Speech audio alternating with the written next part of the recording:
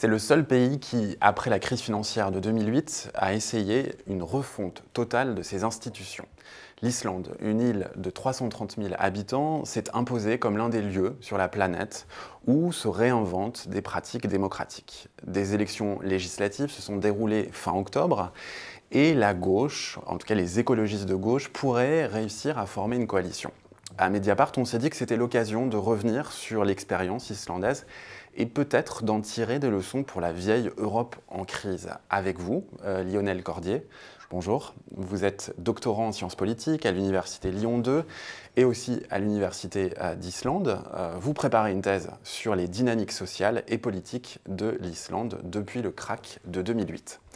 Alors pour commencer tout simplement, il faut revenir sur les élections d'octobre d'abord. Quelle lecture vous faites un peu de ces élections qui ont été remportées par le Parti de l'Indépendance, qui est un vieux parti de la droite traditionnelle, mais en même temps qui se trouve sans aucune majorité? Du coup, ces élections, elles viennent en aucun cas résoudre la crise politique islandaise qui s'est ouverte après la crise économique de 2008, parce que justement, on retombe sur les mêmes problèmes qu'on en avait déjà pour des élections anticipées qu'on avait déjà eues l'année précédente, en octobre 2016, et et pour lesquels déjà on avait mis 2 mois, les partis avaient mis 2 mois pour s'entendre sur une coalition. Ici, on est à peu près dans la même configuration. Alors, il y a quelques changements. Le parti de l'indépendance résiste plutôt bien, malgré les nombreux scandales qui touchent son personnel politique. Et à contrario, l'Alliance social-démocrate est un petit peu remontée, et à l'inverse, les pirates sont redescendus. D'accord. Juste là-dessus, donc on précise qu'on enregistre cette émission le 21 novembre, oui. Donc pour l'instant, il n'y a toujours pas de gouvernement. Voilà. Ce qui est assez sidérant, quand on regarde quand même l'histoire récente politique islandaise de loin, c'est on en est au 5e scrutin législatif en 10 ans, donc depuis le début de la crise. Je crois que le dernier gouvernement là, de droite est resté à peine 9 mois au pouvoir. Oui. Comment vous expliquez une telle instabilité? S'il y avait un peu des facteurs comme ça de base pour comprendre ça? Déjà, à courte vue, quand on regarde le système partisan islandais, du coup, on a les partis se sont fractionnés, les vieux partis de gouvernement en fait, ont vraiment perdu beaucoup de confiance dans l'opinion publique. Oui. Là-dessus, on est sur des dynamiques assez similaires d'ailleurs à plein d'autres pays d'Europe. Oui. Vous avez des partis qui sont apparus avec la crise économique, des partis contestataires à leur origine, donc notamment le parti Pirate, mais aussi Avenir Radio, qui sont nés des mobilisations qui avaient eu lieu devant le Parlement. Donc ça c'était la révolution des casseroles, etc. Donc voilà. Tu te souviens un peu des images. Oui. Et Avenir Radio, c'était lié aussi au maire de Reykjavik. Alors oui, c'est pas son parti directement, mais c'est une émanation en effet du parti de Jon Gnarr. Qui a une colonne vertébrale idéologique beaucoup plus molle que le parti pirate. D'accord. Donc on va revenir sur le parti pirate, mais du coup, et il y a quand même l'histoire des scandales aussi qu'il faut... Voilà, après du coup, il y a eu la crise économique de 2008, et ensuite après des scandales qui ont émaillé la vie politique islandaise depuis. Donc les Panama Papers en mai 2016, qui ont à nouveau amené énormément de manifestants devant le Parlement.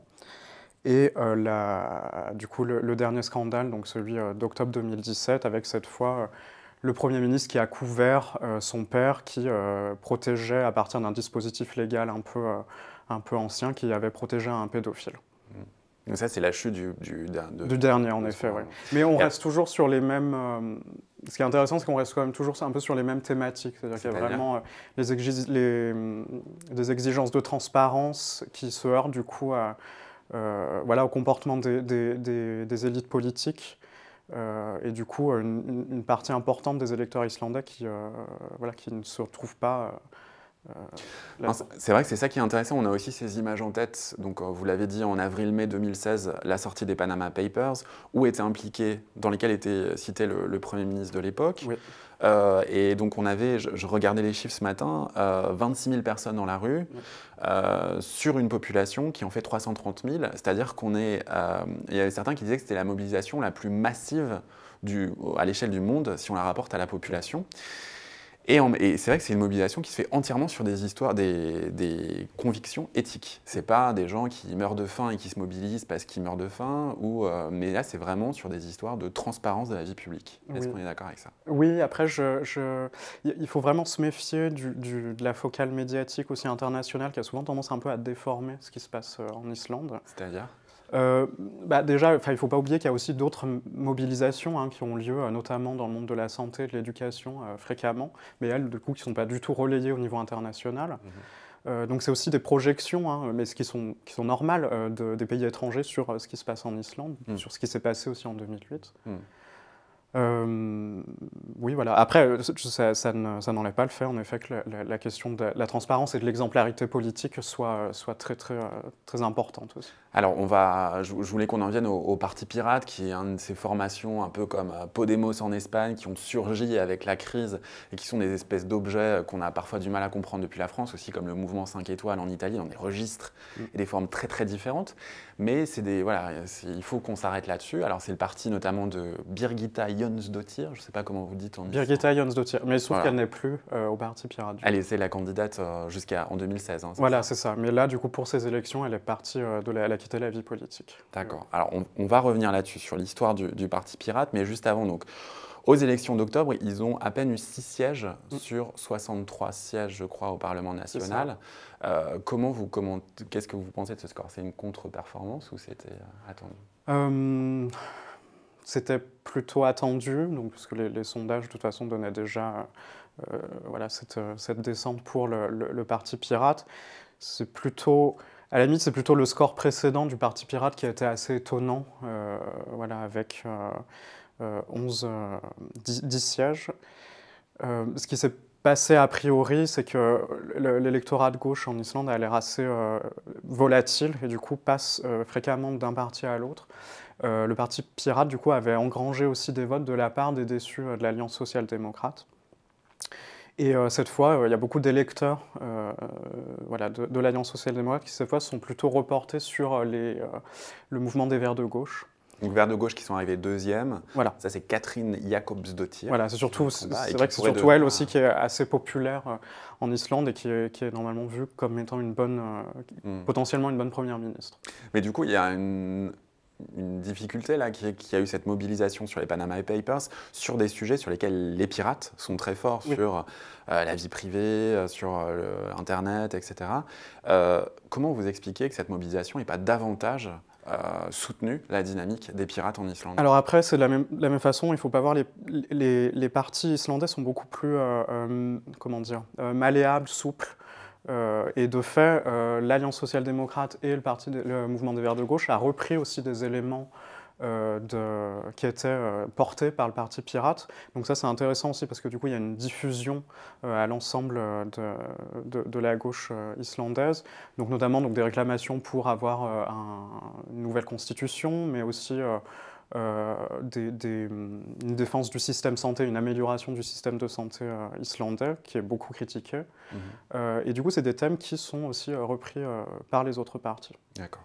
Alors, je voulais qu'on regarde un clip de campagne que vous nous avez proposé, d'ailleurs signalé, qu'ils ont tourné en 2016. Alors, c'est en islandais, mais on va le commenter juste après. On regarde.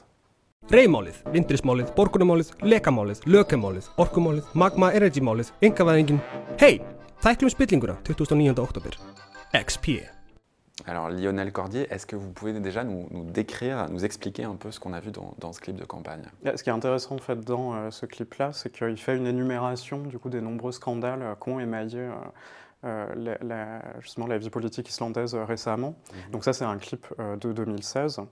Qui montre aussi qu'en effet, le Parti Pirate était bien positionné par rapport à ces affaires. Donc ça revient, donc ça évoque notamment l'affaire Vintris de 2016, mais aussi le fait qu'il y avait d'autres membres du gouvernement qui étaient inclus dans les Panama Papers. Et aussi une critique plus générale de la corruption au sein des élites islandaises. C'est pas forcément d'ailleurs... ce qui est intéressant, c'est qu'elle n'est pas forcément illégale, mais elle peut être aussi considérée comme immorale. Vu que c'est un petit pays, on a souvent beaucoup de contacts entre élite économique, élite politique. Et de fait, par exemple, à la fin de ce clip, on dit bah oui, c'est un ami, c'est mon neveu, etc. Et donc ça, c'est aussi des éléments souvent qui viennent polluer la vie politique. C'est cooptation, oui. Alors pour élargir un peu et comprendre un peu la dynamique du Parti pirate, est-ce qu'on pourrait faire une comparaison, par exemple, avec un parti qu'on connaît mieux, je pense en France, qui est par exemple Podemos en Espagne, où il y a une situation où finalement l'extrême droite en Espagne est assez faible, pour des raisons historiques, etc. Et en même temps, donc du coup, c'est un mouvement de gauche qui a pris l'espace de la contestation au système. En tout cas, ça c'était la première période de Podemos, la naissance. Est-ce que le parti pirate, il y a un peu islandais, aurait un peu des mêmes dynamiques? Oui, je pense. Enfin, alors, il n'y a pas d'extrême droite en Islande. Alors, si, il y a une extrême droite qui commence à apparaître, mais assez récente, qui reste encore assez faible si on compare justement des pays comme la Suède, la Norvège ou le Danemark. Et c'est vrai que là-dessus, il y avait une espèce d'exception islandaise, mais qui tend peu à peu peut-être à disparaître, enfin on verra. Mais c'est vrai que oui, en effet, c'est intéressant de voir qu'il y a des dynamiques assez similaires. Alors, sans doute, voilà, parce que de la même façon, l'Islande, finalement, c'est quand même un pays, historiquement, qui reste quand même en périphérie de l'Europe, qui a été extrêmement touché par la crise économique, d'une autre façon que l'Espagne ou le Portugal. Mais, en effet, des partis comme le Parti pirate, on voit qu'il y a des similitudes, y compris donc, dans les adhérents, dans les électeurs, avec des publics assez jeunes, plutôt diplômés, mais précaires, et qui du coup vont voter pour ce genre de parti. Après, il y a aussi des spécificités au pirate islandais, en tout cas au départ. Après, peu à peu, ça s'est, disons, décanté. Mais au départ, c'était très difficile, par exemple, de savoir quelles étaient les lignes politiques du parti sur l'État-providence, sur les questions féministes. Et puis peu à peu, disons que il y avait un mélange un peu étrange entre des libertariens et des libertaires. Et peu à peu, on a vu que le Parti pirate travaillait davantage avec les Verts de gauche, avec l'Alliance social-démocrate, et a eu un discours qui s'est renforcé sur la défense de l'État-providence. Mais c'est un parti qui dit qu'il est de gauche ou pas du tout? Qui dit ni droite ni gauche? Qui continue à dire qu'il est ni de droite ni de gauche, mais après, aujourd'hui, dans les faits, dans les stratégies politiques, voilà. Et puis il y a vraiment comment dire, presque une détestation du Parti de l'Indépendance, qui est vraiment vu comme la vieille élite politique corrompue. Et alors, on se souvient dans les événements un peu qu'il y a eu ces dernières années en Islande, il y a eu, par exemple, les mobilisations pour ou contre l'adhésion à l'Union européenne. Il y avait eu aussi cette série de référendums qui étaient liés à est-ce qu'il faut rembourser l'argent que les banques islandaises ont perdu vis-à-vis des Pays-Bas et de la Grande-Bretagne. On a l'impression que cette crise a aussi renforcé un discours sinon nationaliste, en tout cas il faut récupérer notre souveraineté nationale. Comment les pirates se situent par rapport à ça? Parce que par exemple Podemos, je continue un peu à faire la comparaison, ils revendiquent désormais la patrie espagnole et assument une forme de populisme comme ça. Est-ce qu'on a une stratégie identique ou pas du tout? L'Islande n'est pas confrontée au même problème, c'est-à-dire qu'elle fait partie de l'espace Schengen, mais elle ne fait pas partie de l'Union européenne. Et c'est vrai qu'il faut toujours garder à l'esprit que c'est une ancienne colonie danoise. Et de fait, le nationalisme ne s'est pas construit de la même façon. Évidemment, il y a du racisme, il y a de la xénophobie en Islande, ça existe, mais le nationalisme, il s'est aussi construit contre la métropole danoise, contre de grands pays autour, donc contre l'Europe ou l'Amérique du Nord. Donc, du coup, le nationalisme a plutôt il reste assez miscible aussi à gauche, y compris d'ailleurs dans le mouvement des Verts de gauche, qui par exemple n'est pas pour une adhésion à l'Union européenne. Et l'adhésion à l'Union européenne, par exemple, c'est vraiment quelque chose qui fracture l'ensemble de l'échiquier politique. C'est pas quelque chose de... Et là-dessus, vous rappeliez, par exemple, que l'Islande est une ancienne colonie danoise. C'est vrai aussi, si on poursuit la comparaison, par exemple, au Portugal, avec la crise, il y a eu aussi tout un regain de discussion dans les relations avec l'Angola, qui est donc une des anciennes colonies portugaises, parce qu'il y avait davantage d'investissements angolais qui ont profité un peu de la crise au Portugal. En Espagne, la crise a ravivé le débat sur le passé franquiste et la responsabilité du régime de 78 à témoin. Est-ce qu'avec la crise financière de 2008 en Islande, il y a eu de la même façon un retour de ces questions sur le débat postcolonial, etc. Non, pas vraiment. Je pense pas. Il n'y a pas un débat politique sur le rapport au Danemark, etc. Non, c'est pas ça structure en effet l'ensemble de l'échiquier politique. Après, c'est vrai que c'est davantage utilisé par la droite. C'est ça qui était intéressant, je trouvais, par exemple, dans comment on présentait dans les médias internationaux, comment on présentait les référendums Icesave. Donc, c'était un référendum pour que l'Islande rembourse. Donc, Icesave, c'est le nom de la filiale qui a fait faillite, bancaire, en ligne. Une banque en ligne qui a fait faïte au moment de la crise. Voilà, et on a demandé au gouvernement islandais, donc en fait à l'État islandais, de rembourser les détenteurs d'actifs d'Icesave, les détenteurs étrangers, donc notamment britanniques. Et le président islandais avait posé son veto et donc obligé le Parlement à passer par un référendum. Et du coup, c'est vrai que ça a été l'occasion d'une affirmation nationale. Et ça correspondait tout à fait, par contre c'est vrai, au discours nationaliste assez typique, de se présenter comme le petit pays exceptionnel qui lutte du coup contre l'arbitraire des grands pays, notamment du Royaume-Uni avec Gordon Brown qui avait placé l'Islande sur la liste des États terroristes pour justement bloquer aussi les actifs d'Icesave qui étaient présents au Royaume-Uni. Au Royaume-Uni, ouais. Alors, du coup, voilà, en prolongeant ce que vous dites, il y a toujours une vision depuis l'Europe, un peu voilà, qu'on entretient, y compris à Mediapart, sur l'idée que l'Islande est un laboratoire des nouvelles pratiques démocratiques, de manière générale, et après on va revenir sur l'histoire de la Constitution, etc., qui est toujours en cours d'adoption, on ne sait pas. Mais vous, sur l'idée que l'Islande est un laboratoire, déjà, ça vous paraît un cliché médiatique pénible ou au contraire, c'est vrai? C'est tentant de prendre l'Islande pour un laboratoire. Et oui, c'est quand même, moi à l'origine, c'est quand même pour ça que je me suis intéressé à ce pays. Moi, il n'y a pas de souci à comparer l'Islande à un laboratoire si on est capable, dans un même temps, de voir ce qui fait de l'Islande aussi un cas particulier.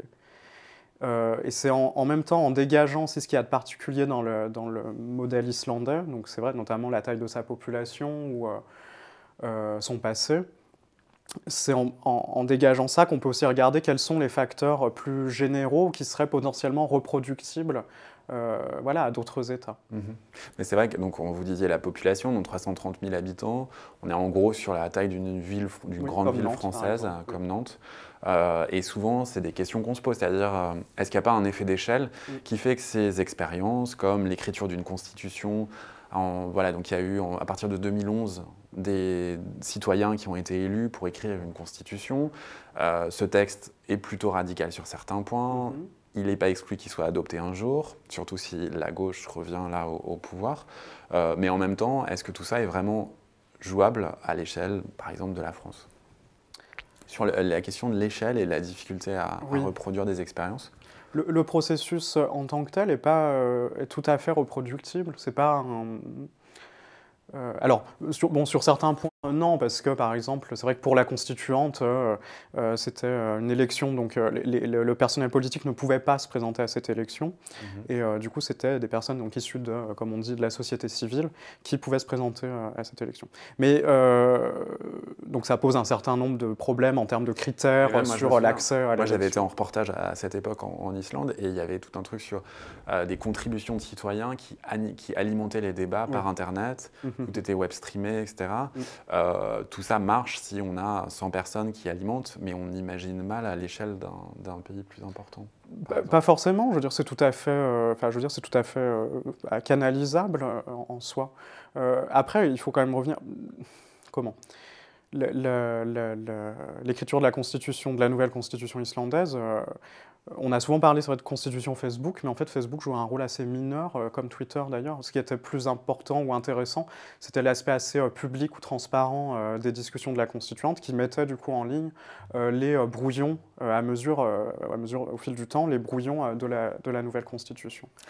De la même façon, le tirage au sort qui avait eu lieu pour le Forum national qui a précédé la constituante, c'est le genre de mécanisme qui est tout à fait reproductible, puisque le tirage au sort ne se n'a pas, vous n'avez pas de souci de taille de population pour pour faire naître un échantillon représentatif. Et ça, juste sur le débat, est-ce que c'était encore au cœur de la campagne, par exemple, l'avenir de cette constitution? Donc il y a un texte qui a été rédigé, mais je crois que le Parlement national ne l'a toujours pas adopté. Voilà, oui. Alors que, voilà, donc, alors, parce que où est-ce qu'on en est? Parce qu'il y avait déjà, bon, il y a eu beaucoup de flou, notamment de flou aussi en termes légaux, parce que finalement, la loi qui demandait à rédiger une nouvelle constitution n'était même pas assez claire, mais c'est normal, parce qu'en fait, c'était un compromis pour dire s'il s'agissait en fait d'une modification de la constitution existante ou d'une nouvelle constitution. Sauf que si c'est juste une modification de la constitution existante, il faut respecter les règles de réforme constitutionnelle qui sont écrites. Et pour ça, il faut faire voter par 2 législatures différentes, par le Parlement, une réforme. Donc c'est une procédure assez longue, assez complexe. Et le retour de la droite en 2013, du coup, on a pensé que la Constitution allait en effet tomber dans les limbes. On appelait ça la Constitution zombie. Mais finalement, ce qui est intéressant, c'est de voir qu'après justement donc les manifestations, après ces tentatives de réécriture de la Constitution, ce qui est intéressant, c'est de voir aussi que les partis politiques eux-mêmes, peu à peu, se sont appropriés cet enjeu. Et donc au départ, où seul le Parti pirate du coup défendait, et Avenir Radio défendait l'adoption de cette nouvelle constitution, et peu à peu, comme j'ai dit tout à l'heure, c'est un thème qui peu à peu s'est diffusé à l'ensemble du reste des partis. Donc là, si on a une coalition des écologistes de gauche avec d'autres partis, ça paraît jouable que cette constitution, 6 ans ou 7 ans après, soit enfin adoptée? Si on avait une coalition de gauche. Le problème, c'est que pour l'instant, on n'est pas vraiment parti pour avoir une coalition de partis de gauche. C'est-à-dire que là, en ce moment... C'est une coalition gauche-droite. Voilà, c'est ça. Ce serait plutôt une coalition entre les Verts de gauche et le Parti de l'Indépendance, le Parti du Progrès, ce qui du coup fait hurler beaucoup de cadres des Verts de gauche. D'accord, mais du coup, si vous regardez dans vos travaux, vous travaillez justement sur les questions mouvements sociaux, institutions, et du coup, il y a à la fois ce cycle de mobilisation depuis 2008 qui est incroyable, à la fois en réaction d'abord c'était pour sanctionner et dénoncer les banques. Ensuite, il y a eu des mobilisations là, davantage en défense de nous ne voulons pas rembourser pour les banques, etc. Mais ensuite, des mobilisations sur la question de l'Union européenne, ensuite sur la question des paradis fiscaux et des Panama Papers et du Premier ministre qui était pris dans ce scandale, etc. etc. On a une multitude de mobilisations. On a cette constitution, mais finalement, tout ça ne débouche pas vraiment ou n'aboutit pas vraiment. Quelle lecture vous faites un peu? Quel fil rouge vous voyez? Voilà, où est-ce qu'on en est? Est-ce qu'il faut être déprimé ou pas? Je ne suis pas prescripteur d'émotions. Non, mais en tout cas, qu'est-ce qui est? Mais en fait, on voit... et c'est en ça, pour moi, que le cas islandais, il est intéressant, parce qu'il concentre justement plein d'effets qu'on observe ailleurs. On observe la même chose que dans beaucoup de pays, c'est-à-dire une espèce une disjonction entre le temps des mouvements sociaux et le temps politique traditionnel. Et de fait, il y a encore une difficulté souvent à réussir à saisir les opportunités offertes par les élections ou par les institutions pour faire avancer des mots d'ordre. Dans ce sens-là, c'est très comparable à, pour le coup, je reviens à l'Espagne, puisqu'on est sur un moment où des nouveaux partis surgissent, s'attaquent aux institutions classiques, mais en même temps, n'arrivent pas à devenir totalement majoritaires. Voilà, on est un peu sur des, on est sur des dynamiques assez similaires. C'est ça qui est Mais en même temps, la comparaison, à la limite, c'est que les Islandais sont allés beaucoup plus loin, avec l'idée de on va refaire complètement les institutions, ce que les Espagnols, alors il y a le débat sur le régime de 78, mais il reste très minoritaire, alors qu'en Islande, c'est devenu le sujet national pendant des mois et des mois. C'est vrai, oui. C'est aussi sans doute parce que la constitution islandaise, elle n'était pas, donc l'ancienne, celle qui est toujours en cours, c'est une constitution qui reste assez critiquée depuis le départ, depuis son adoption, donc après l'indépendance de l'Islande en 1944, parce que c'était une constitution qui était de toute façon directement copiée sur celle du colonisateur danois. Donc de fait, il y a toujours eu cette impression que qu'il n'y avait pas eu de concertation véritable au niveau populaire, au niveau national pour ce texte. C'est ça aussi qui avait été utilisé par Johanna Sigurdardóttir, donc qui avait été Première ministre après le crash. Il y avait cette volonté en même temps aussi de, à nouveau, essayer de rassembler la population islandaise autour de valeurs communes. C'était une tentative pour le faire, parce qu'il y avait vraiment aussi ce sentiment de crise nationale, crise d'identité. L'Islande avait vraiment tout parié sur l'économie financière, et d'un coup, ça s'était effondré. Merci beaucoup, Lionel Cordier, d'être venu jusqu'à nos studios de Mediapart. On va évidemment suivre le feuilleton islandais dans les mois à venir sur Mediapart, et à bientôt.